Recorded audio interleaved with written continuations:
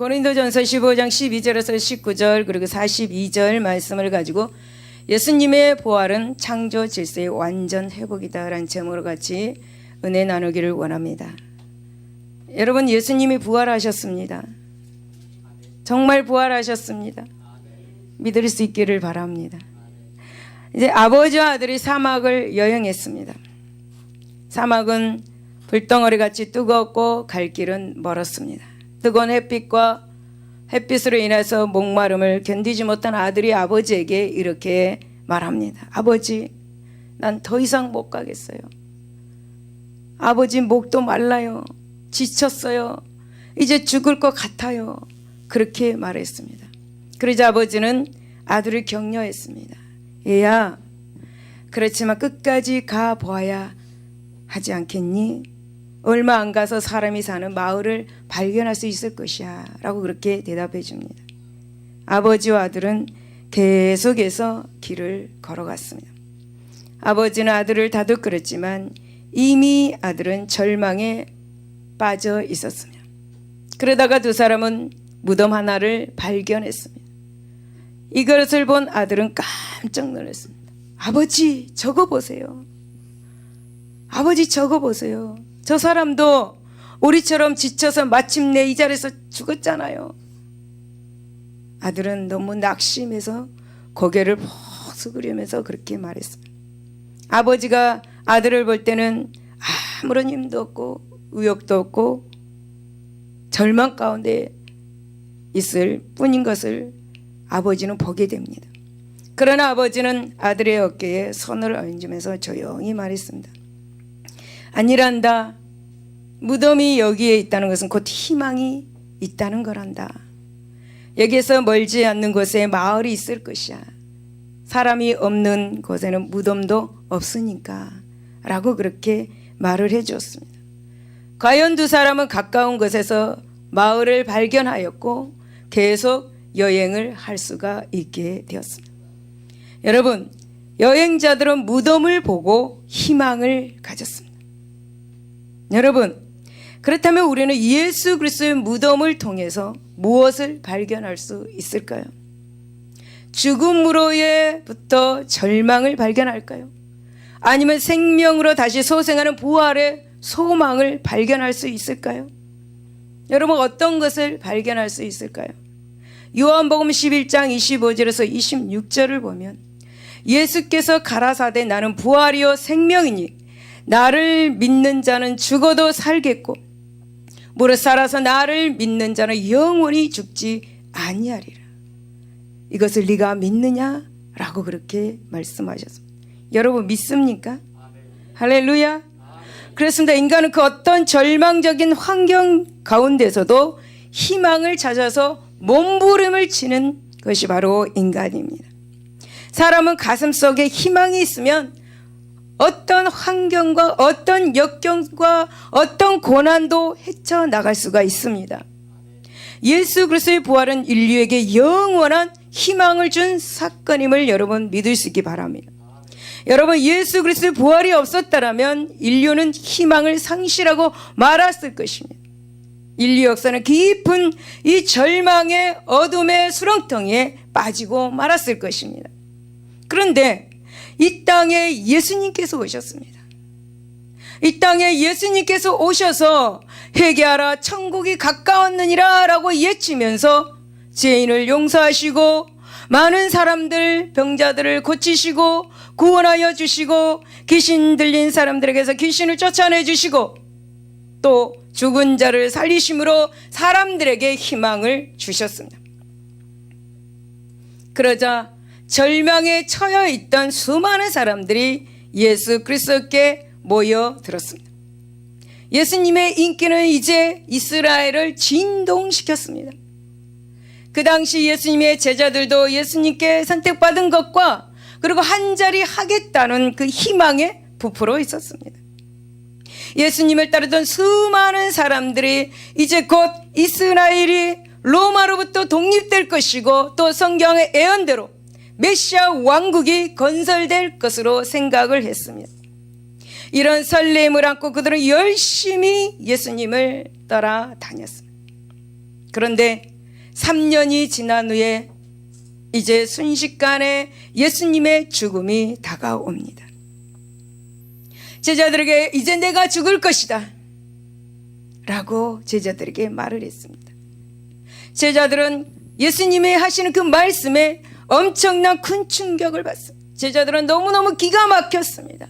한 자리 하려고 했더니 이제 예수님이 죽는다고 하니 정말 기가 막혔습니다. 이제 이스라엘이 로마로부터 해방될 거라고 믿었는데 이제 예수님이 죽다니 기가 막혔습니다. 크게 실망한 가룟 유다, 분노와 배반으로 변해서 급기야는 예수님을 은 30에 팔아 넘기고 말았습니다. 예수님께서는 당신이 말씀하신 대로 십자가에서 강도들과 함께 처형당했습니다. 제자들은 여기에서 꿈이 처참하게 부서지는 것을 확인했습니다. 그들은 이 앞날의 희망을 잃어버리고 말았습니다. 희망이 사라졌습니다. 이제 우리에게 왕궁을 일으킬 메시아는 오지 않는다라는 희망을 사라졌습니다. 그런 말할 수 없는 공경에 처했습니다.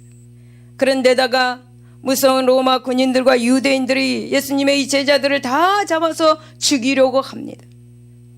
그래서 바깥 출입도 할 수가 없었습니다. 제자들의 이 절망은 무슨 말로 설명할 수 없을 정도의 처참한 절망 속에 있었으며 죽음보다도 더 고통스러운 그런 절망, 괴로운 것이었습니다. 그런데 그들에게 희망이 찾아왔습니다.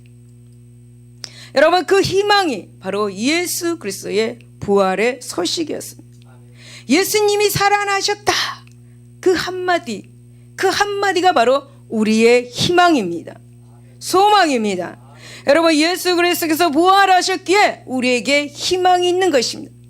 어떠한 상황 속에서도 희망을 가질 수가 있는 것입니다. 부활의 능력, 부활의 은혜, 모든 것을 회복시키는 능력이 있다는 것을 여러분 기억할 수 있기 바랍니다. 그러면 오늘 본문을 통해서 은혜 나누기를 원합니다. 첫 번째, 예수님의 부활은 성도의 부활에 대한 계시 사건입니다.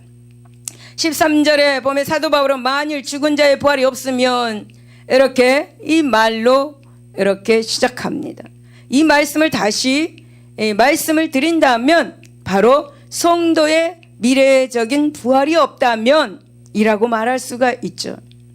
물론 이 말씀에서 말하는 부활은 반드시 성도의 부활만을 말하는 것이 아닙니다. 왜냐하면 마지막 날에 부활하는 것은 성도만이 아니기 때문이죠. 사도행전 24장 15절에 보면은 그들의 기다리는 바 하나님께 향한 소망을 나도 가졌으니 곧 의인과 악인의 부활이 있으리라. 의인과 악인의 부활이 함께 있다라는 것이며 성경은 분명히 믿지 않는 불신 죄인들도 부활한다라는 것을 말하고 있는 것이며 그러나 여러분, 성도의 부활은 생명의 부활인 동시에 악인들, 그러니까 불신자들의 부활은 심판의 부활로 나눠지는 것입니다. 요한복음 5장 29절에 보면은 선한 일을 행하는 자는 생명의 부활로, 악한 일을 행하는 자는 심판의 부활로 나오리라 라고 그렇게 말씀합니다. 따라서 악인들은 비록 부활한다고 해도 그것은 즐겁거나 희망이 있거나 소망스러운 부활이 될 수가 없다라는 것입니다. 그들은 영원한 멸망에 처하기 위해서 여러분 부활하는 것입니다. 불신자들은. 그러므로 여기에서 사도 바울이 말하는 이 부활은 모든 사람의 부활을 포함합니다. 하지만 실제로는 지금 성도의 부활만을 의미한다고 보면 본문을 보면 되겠습니다. 그런데 여러분 보십시오. 만일 성도의 부활이 없다면 예수님이 다시 사는 일이 없을 거라고 말씀을 하고 있습니다. 그냥 예수님은 죽음에서 끝나버리고 말았을 것입니다. 그러므로 이 예수님의 부활은 바로 성도의 부활을 전제로 한다라는 그런 말씀입니다. 그렇습니다. 여러분, 예수님의 부활은 이 성도의 부활과 밀접한 관계를 가지고 있다라고 그렇게 말하고 있는 것입니다. 여러분, 만일 예수님의 부활이 성도의 부활과 밀접한 관계가 없다고 생각한다면 이 부활의 사건은 단순히 여러분 예수님의 신성을 보여주는 그런 신적인 쇼에 지나지 않은 것입니다.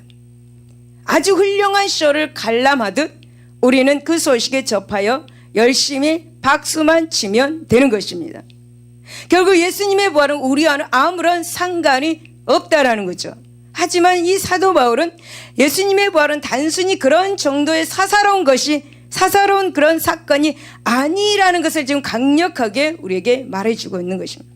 그것은 우리 모두가 장래에 그와 같이 그렇게 살아날 것에 대한 명백한 계시 사건이라는 것을 우리에게 말해주고 있는 것입니다. 그러므로 우리는 부활의 사건을 무덤덤하게 혹은 신화적 사건으로 받아들여서는 안 된다라는 것을 말씀드리고 싶습니다.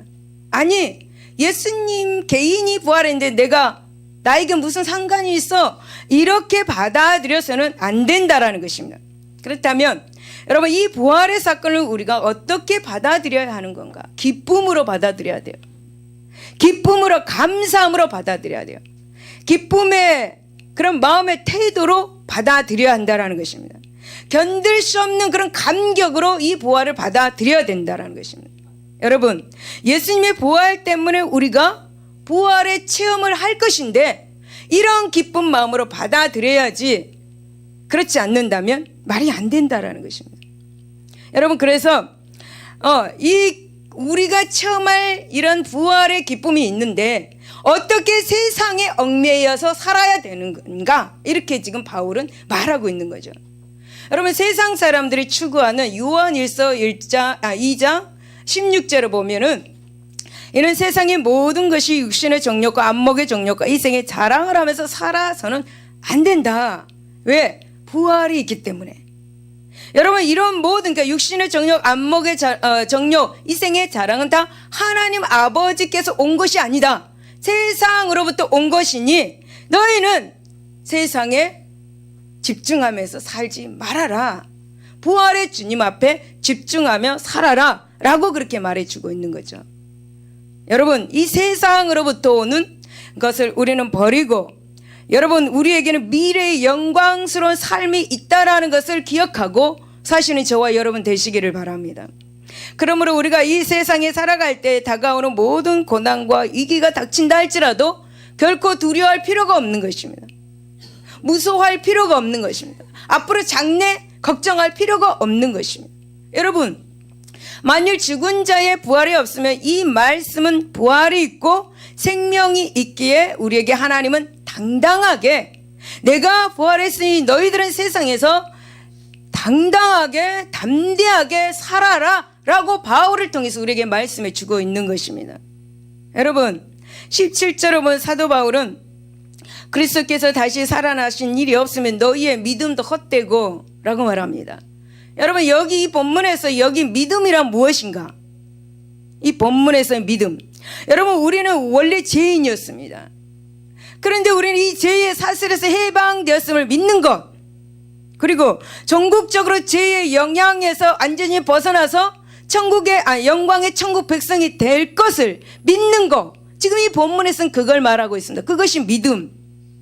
여러분, 우리가 이런 믿음을 가질 수 있는 것은 바로 예수님께서 죽음에서 부활하셨기 때문에 이런 믿음을 가질 수 있다라고 말해주고 있는 거죠. 만일 예수님께서 죽음에서 부활하시지 못했다면 우리는 절대 이 믿음을 가질 수가 없습니다. 왜 그렇습니까? 여러분, 한번 생각해 보십시오. 예수님께서 우리를 위해서 죽으셨다고 한번 합시다. 그런데 예수님께서 부활하시지 않았다면 어떻게 예수께서 우리를 죄에서 해방시켰음을 믿을 수 있겠습니까? 예수 자신도 죄의 권세인 그 죽음 아래 놓여 있는데 어떻게 우리 자신을 죄의 권세에서 해방시켰다고 믿을 수가 있겠냐는 거죠, 우리가. 여러분, 예수님께서 피를 흘리시고 우리 죄를 위해서 죽으셨다고 해도 그것은 예수님의 부활이 없이는 헛소리에 지나지 않는 것입니다. 예수께서 우리를 죄에서 해방시키려면 그 자신이 먼저 부활해서 사망 권세를 꺾었다라는 것을 우리에게 증명해 주어야 합니다. 안 그렇습니까? 그러니 예수님의 부활이 없다면 우리가 어찌 부활하여 영생할 것을 믿을 수 있겠습니까? 여러분, 예수께서 부활하시지 않았다면 예수님께서 생전에 우리에게 부활을 아무리 많이 말씀을 하셨을지라도 그것은 다 거짓에 불과하다라는 거죠. 그러므로 예수님의 부활은 우리의 믿음의 근본입니다. 부활이 있음으로만 우리의 믿음이 있다라는 것을 기억하시기를 바랍니다. 부활이 있어야 됩니다. 부활이. 그런데 여러분, 소위 기독교 신앙을 가졌다고 하는 사람들 중에는 예수 그리스도의 십자가 대속 사건을 믿는다고 하면서 이 부활 사건을 믿지 못하는 사람은 너무 많습니다. 십자가 사건은 믿어요. 그중 부활했다는 것은 못 믿어요. 안 믿고 교회에 나와요. 그런데 여러분, 십자가 대속과 이 부활은 떼어놓을래야 떼어놓을 수가 없는 거예요. 할렐루야. 십자가 대속은 부활을 전제로만 설명할 수가 있는 거예요. 할렐루야. 그러므로 여러분, 예수 그리스도의 부활은 부인할 수 없는 사실입니다. 사실입니다. 하지만 만약 예수 그리스도의 부활이 거짓이라면 그것을 믿고 소망 가운데 사는 우리처럼 불행한 사람도 없다라고 성경에 말하고 있습니다. 그러나 예수님의 부활은 명백한 사실이기에 우리의 믿음은 가장 복되고 가장 소망이 있다라는 것입니다. 희망이 있다라는 것입니다. 예수 그리스도 신앙의 초석은 부활이라는 것을 여러분 믿을 수 있기를 예수 이름으로 축원을 드립니다. 두 번째는 예수님의 부활은 인류 죄악의 완전한 처리 확증 사건입니다. 17절에 보면 그리스도께서 다시 살아나신 일이 없으면 너의 믿음도 헛되고 너희가 여전히 죄 가운데 있을 것이요 라고 그렇게 말합니다. 사도 바울은 예수님의 부활이 의미하는 매우 중요한 사실을 지금 우리에게 언급하고 있습니다. 여기에서 이 사도 바울은 예수님이 다시 사신 것이 없으면 우리의 믿음이 헛될 뿐만 아니라 우리가 여전히 죄 가운데 있을 거라고 지금 말씀을 하고 있죠. 여러분, 이 말씀은 예수님의 부활이 우리 죄 문제 처리와 긴밀한 연관 관계에 있다라는 것을 말해주고 있는 것입니다. 여러분, 다시 말씀을 드린다면 예수님이 우리를 위해서 십자가에서 달리셔서 물과 피를 다 쏟고 고통스러운 그 죽음을 이렇게 맞이하셨다 할지라도 부활하시지 않았다면 죄는 여전히 처리되지 않은 채 남아 있을 거라는 것입니다. 여러분은 십자가에서 나를 위해서 모진 고통을 그렇게 당하고 온몸의 피를 다 쏟았다라는 것만 혹시 알고 있습니까? 십자가에서 죽으시고 부활했다는 것은 모르고 있습니까? 혹시 십자가만 믿고 부활하셨다는 주님을 믿지 않고 있습니까? 여러분, 우리는 바로 알아야 합니다. 교회 오래 다니고 성경을 많이 알고 있는 성도라 할지라도 이 사실을 알고 있는 사람들은 매우 드물다고 합니다. 그만큼 그들은 예수님의 부활에 대해 모르는 것이죠.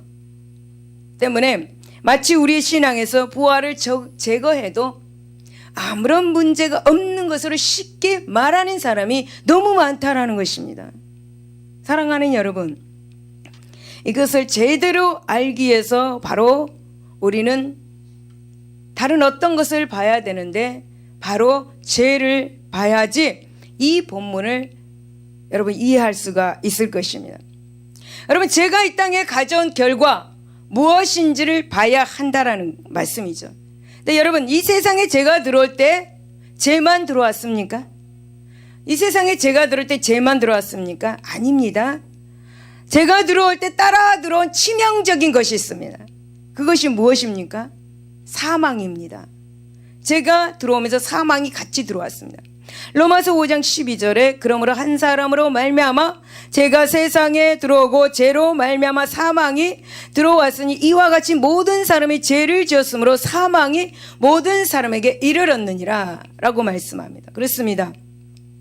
여러분, 이 땅에는 인간의 범죄와 함께 사망이 들어왔습니다. 그런데 이 사망이 단순히 세상을 구경하러 나온 것이 아닙니다. 단순히 이 사람은 잠시 세상에 왔다가 가려고 이 땅에 온 것이 아닙니다. 여러분, 사망은 이 세상을 다스리고 지배하기 위해서 이 땅에 왔습니다. 고린도전서 15장 55절에 보면 사망아 너희 이기는 것이 어디 있느냐, 사망아 너희 쏘는 것이 어디 있느냐 라고 말씀합니다. 사망에 대해서, 사망은 결국 죽이기 위해서 이 사망이란 존재가 나타난 거죠. 죄로 인하여서. 여러분, 이 땅에 아담 이래로 죽지 않는 인간이 있었습니까? 없습니다. 물론 중간에 선지자들의 그 능력으로 인해 가지고 다시 살아나는 이들도 혹 있었습니다. 하지만 이들도 결국은 어떻게 되었습니까? 어떻게 되었나요? 다 죽었습니다. 단 한 사람의 예도 없이 모두 다 죽었습니다. 구약의 사람들은 우리는 전혀 볼 수가 없습니다. 다 죽었기 때문입니다. 여러분, 이것은 무엇을 말해주는 것인가? 사망이 이 땅을 지배하는 절대적 폭군임을 우리에게 말씀해 주고 있는 것입니다. 이것을 가리켜서 사도 바울은 로마서 5장 14절에 그러나 아담으로부터 모세까지 아담의 범죄와 같은 죄를 짓지 아니한 자들까지 도 사망이 왕노릇 하였나니 라고 말했습니다. 그러므로 예수님의 십자가 이러한 죄 문제를 완전히 해결했다라는 것을 입증하기 위해서는 다른 어떤 것이 있습니다. 그것이 바로 사망의 권세입니다. 만일 예수님이 십자가로 죄의 문제를 해결했다고 하면서도 죽음의 권세가 여전히 기승을 부리고 있다면 그게 무슨 소용이 있겠습니까? 사도 바울이 말하는 것은 바로 이것입니다.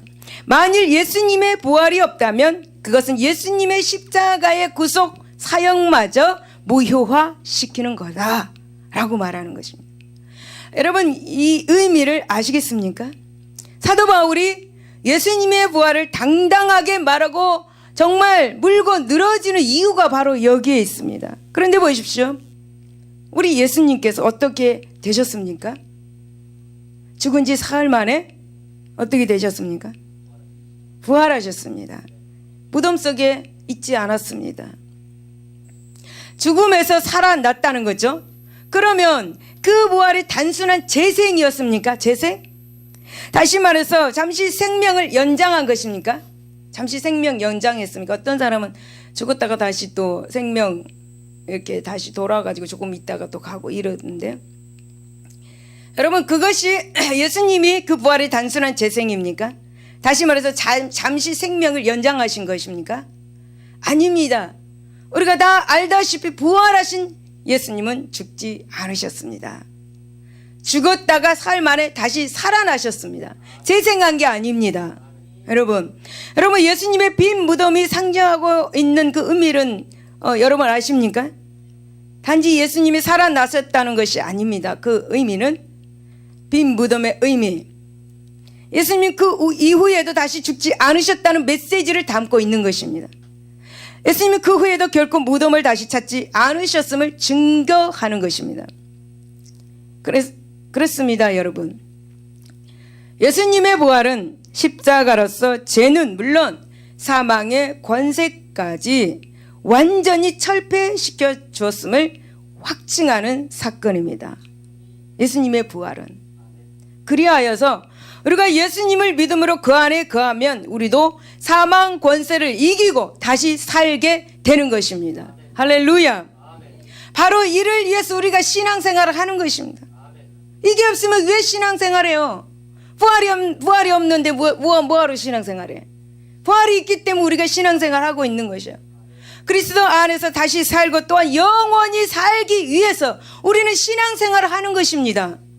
우리는 이것을 바로 알고 신앙생활 하시기를 바랍니다. 우리는 이것을 바로 알고 신앙생활함으로 소망 있는, 희망이 있는 신앙인들이 다 되시기를 바랍니다. 여러분 18절을 한번 보면은 또한 그리스도 안에서 잠자는 자도 망하였으니라 라고 이렇게 말씀하고 있습니다. 여러분 사도 바울은 성도의 죽음에 대해서 지금 말하고 있는데요. 여기서 잠자는 이 단어에 해당하는 헬라어 코이마오라고 합니다. 이 코이마오는 무슨 뜻이냐면 깊은 잠에 든 상태를 말해주고 있습니다. 그러나 여기에서는 문자적인 잠을 가리키지 않고 죽음을 의미합니다. 즉 성도의 죽음을 깊은 잠에 빠진 것으로 묘사한 것입니다. 그리고 또 여기 망하였으리니 라는 그런 단어가 있습니다. 이 단어는 뭐냐? 해당하는 헬라어는 아폴루미라고 말합니다. 이 아폴루미는 멸망을 의미하는 말로 우리말로 사망을 말하고 있습니다. 사망. 따라서 이 말씀을 보면은 본문에서 이 말씀은 이제 예수 그리스도 안에서 죽은 자는 결코 사망에 이르지 이런 것이 아니라는 것을 말해줍니다. 그러니까 바울은 이것을 구분하기 위해서 성도의 죽음을 잠자는 것으로 이렇게 묘사한 것입니다. 여러분, 그렇다면 이 성도의 죽음이 사망이 아닌 이유가 무엇인가? 성도의 죽음이 사망이 아닌 이유가 무엇인가?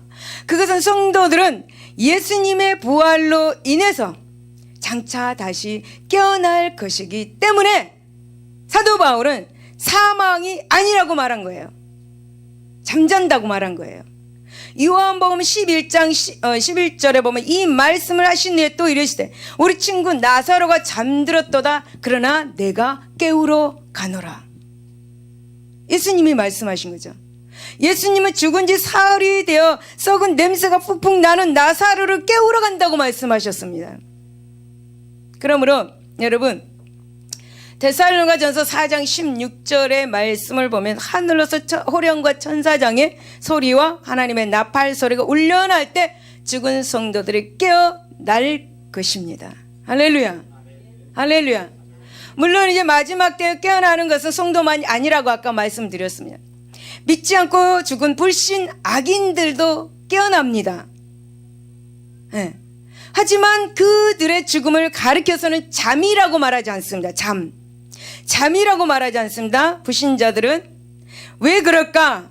여러분, 성도들은 죽음에서 깨어나는 것과 불신자들이 죽음에서 깨어나는 것은 그 의미상 본질적 다르기 때문입니다. 의미가 달라요. 의미의 그 차이가 달라요. 여러분, 이 사이에서 깨어나는 것은 말 그대로 생명의 부활. 왜 생명의 부활이라고 할까? 요한복음 5장 24절을 보면 사망에서 생명으로 옮겨졌기 때문에 믿는 사람들은 생명의 부활로 나온다라는 것입니다. 하지만 여러분, 마지막 때에 부활한 성도들은 더 이상의 심판이나 정죄나 죽음, 슬픔이 없기 때문에 생명의 부활인 것입니다. 그렇습니다. 여러분, 장차 성도가 부활하게 될 때는 다시는 심판이나 정죄나 죽음이나 고통이나 또 고민이나 염려나 절망이나 삶의 고난이나 슬픔이 있지 아니합니다. 그래서 성도의 부활을 가리켜서 생명의 부활이라고 그렇게 말하는 것입니다. 여러분, 여기에 비해서 또 불신자들의 경우는 어떠한가? 그러니까 불신자들과 여러분 하나님의 자녀들도 다 똑같이 깨어납니다. 다 똑같이. 근데 제가 지금 믿는 자들을 이야기했죠. 그 다음에 이제 불신자들을 이야기할 겁니다. 이 불신자들의 경우는 어떠한가? 그들 역시 우리 성도와 같이 죽음의 잠에서 깨어나되 심판의 부활로 나아옵니다. 우리는 생명의 부활로 나오는 거고 그들은 심판의 부활로 나오는 것이죠. 즉 불신자들은 영원한 멸망에 처하기 위해서 죽음의 잠에서 깨어나는 것입니다.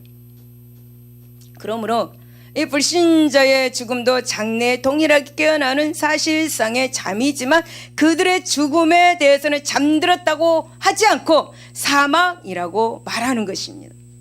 성도 여러분, 그래서 성도는 죽음에 대해서 슬퍼해서는 안 됩니다. 할렐루야. 성경을 보면은 시편 116편 15절에 보면 하나님께서 성도의 죽음을 귀중히 보신다라고 그렇게 말씀합니다. 생각해 보십시오. 여러분의 자녀가 하루 종일 뛰어놀다가 하루 종일 일과에 지쳐서 곤히 잠든 모습을 볼 때에 어떻습니까? 그것을 보고 슬퍼합니까? 여러분, 잠자는 사람을 막 흔들어 깨웁니까? 아이를? 사실 세상에 그보다 편안하고 행복한 모습이 어디 있습니까? 아이들이 잠자는 모습, 자녀들이 잠자는 모습. 보기만 해도 행복하고 보기만 해도 평안한 모습인 것입니다. 마찬가지로 우리 하나님께서 우리 성도들의 잠든 모습을 보실 때 그러하다라는 것이죠. 그러므로 이 죽음을 결코 두려워하거나 슬퍼하지 않는 저와 여러분이 되시기를 예수 이름으로 축원을 드립니다. 세 번째는 예수님의 부활은 재생이 아닌 창조 질서의 완전 회복입니다. 42절에 보면 죽은 자의 부활도 그와 같으니 썩을 것으로 심고 썩지 아니할 것으로 다시 살아나며 라고 말합니다. 여러분, 여기에서 썩다라는 단어가 나오는데요, 이 썩다라는 단어의 뜻을 지닌 동사 푸데이로는 합성어입니다. 그래서 특히 이제 이 푸데이로는 시신이 부패했다라는 뜻을 가지고 있습니다. 시신이 부패했다. 그러니까 요한복음 11장 39절에 예수께서 이르시되 돌을 옮겨 놓으라 하시니 그 죽은 자의 눈이 마르다가 이르되 주여 죽은 지가 나흘이 되었는데 벌써 냄새가 나나이다. 네. 라는 이 말씀에서 여러분, 벌써 냄새가 난다 라는 것은 무엇이겠습니까?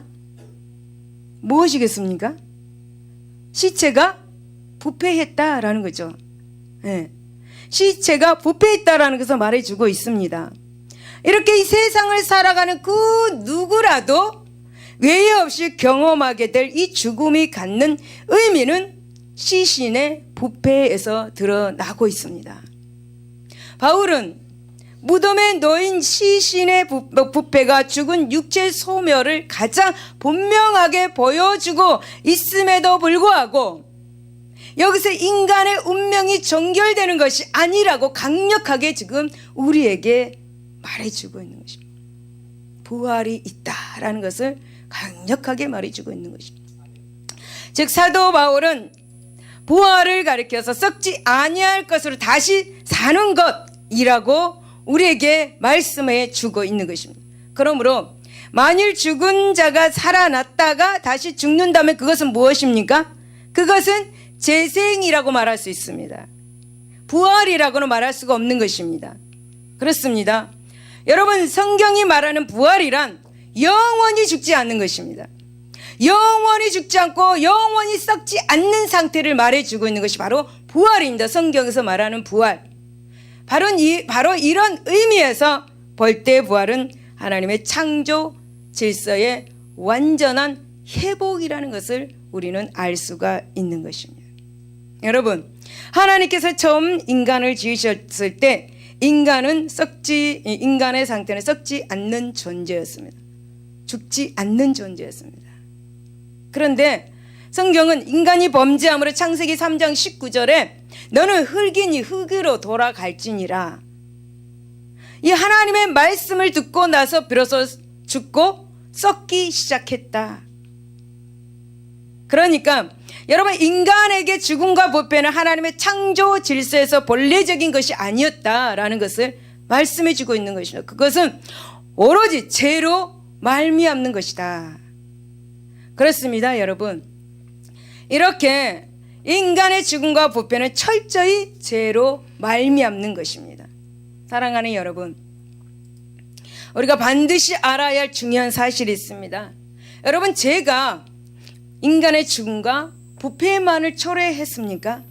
아닙니다. 성경 창세기 3장 17절에서 18절을 보면은 아담에게 이르시되 내가 내 아내의 말을 듣고 내가 내게 먹지 말란 나무의 열매를 먹었은즉 땅은 너로 말미암아 저주를 받고 너는 내 평생에 수고하여야 그 소산을 먹으리라. 땅이 내게 가시덤불과 엉겅퀴를 낼 것이다 라고 그렇게 말했습니다. 여러분, 인간의 죄로 말미암아 하나님이 지으신 그리고 보시기 좋았던 자연 질서조차 크게 교란되었음을 말씀해 주고 있는 것입니다. 인간의 죄로 말미암아 이 자연은 인간들과 마찬가지로 지금까지 탄식하면서 괴로워하고 있습니다.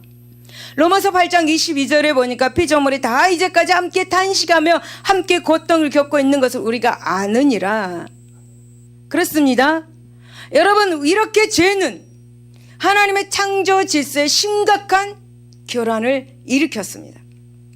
그 교란과 무질서, 그리고 황폐함의 폐해란 이루 말할 수 없는 것이죠. 이렇게 여러분, 그런데 이렇게 탄식하며 괴로워하는 자연이 하나님의 자녀들이 부활하여 자유를 얻을 때까지 기다린다고 말합니다.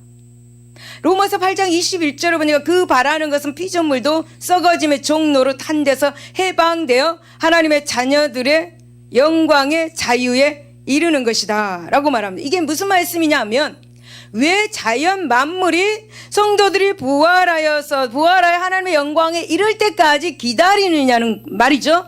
이유는 단 한 가지, 성도의 부활 때의 모든 하나님의 창조 질서는 본래 의도하신 대로 바로 잡히기 때문입니다. 할렐루야. 계시록 21장 5절을 보니까 보좌에 앉으신 이가 이르시되 보라, 내가 만물을 새롭게 하노라. 이 말이 신실하고 참되니 기록하라 라고 말씀합니다. 그렇습니다. 여러분, 부활은 하나님께서 지으신 모든 창조 질서의 완전한 회복을 의미하고 있습니다. 여러분의 삶의 모든 문제들과 질병들을 회복하는 거. 네. 하지만 그 안은 이와 같은 의미가 여러분 있다라는 거, 42절에서 썩지 않을 것으로 다시 산다는 말은 직접적으로는 성도의 부활을 의미하고 있다라는 거, 여러분 기억할 수 있기를 바랍니다. 한번 생각해 보십시오. 여러분 생각해 보십시오. 만물이 여전히 하나님의 저주 아래 그대로 있다면 인간이 썩지 않을 몸으로 다시 산다 한들 그것이 무슨 차이가 있겠습니까? 무슨 의미가 있겠습니까? 자연은 여전히 탄식하고 있는데 그 역시 고통과 슬픔 좌절 뿐이지 않겠습니까? 그러므로 이제 우리는 분명히 알아야 합니다. 범죄와 타락으로 말미암아 인간의 진정한 의미에서의 삶, 하나님께서 본래적으로 계획하셨던 삶을 완전히 상실했습니다. 범죄와 타락으로 인해서, 죄로 인해서. 그런데 여러분, 성도의 부활과 동시에 썩을 것에서 썩지 않을 것으로 변모할 뿐 아니라 자연 질서도 본래 하나님께서 그렇게 의도하신 대로 회복되어서 진정한 삶이 시작된다라는 것을 여러분 기억할 수 있기 바랍니다. 그러므로 사랑하는 성도 여러분, 진정 우리 모두 이것을 바로 알고 부활을 기대하면서 자신 있게 당당하게 살아가시는 저와 여러분이 될 수 있기를 예수 이름으로 축원을 드립니다. 결론입니다. 무덤으로도 막을 수 없었던 예수님의 부활입니다. 죄와 죽음으로 덮을 수 없는 부활은 기독교의 핵심입니다. 부활의 소식이 전해져 듣는 이마다 죄에서 해방되고 또한 죽음에서 생명을 얻었습니다. 어떤 핍박도, 어떤 고난도, 어떤 사상, 어떤 이념도 부활의 능력을 꺾을 수가 없습니다. 여러분, 예수님의 부활을 믿습니까? 부활을 믿습니까? 부활의 신앙을 가지면 어려운 상황 속에서도 절망하지 않고 낙심하지 않습니다. 여러분, 무덤 속 같은 환경이 된다 할지라도 소망을 잃지 아니하며 다시 일어날 수가 있습니다. 부활이 우리의 소망입니다. 부활이 우리의 희망입니다. 여러분, 부활하신 예수님 함께 하심을 믿고 이 삶 속에서 부활의 능력을 나타내시기를, 부활의 은혜를 나타내시기를 예수 이름으로 축원을 드립니다. 기도하겠습니다.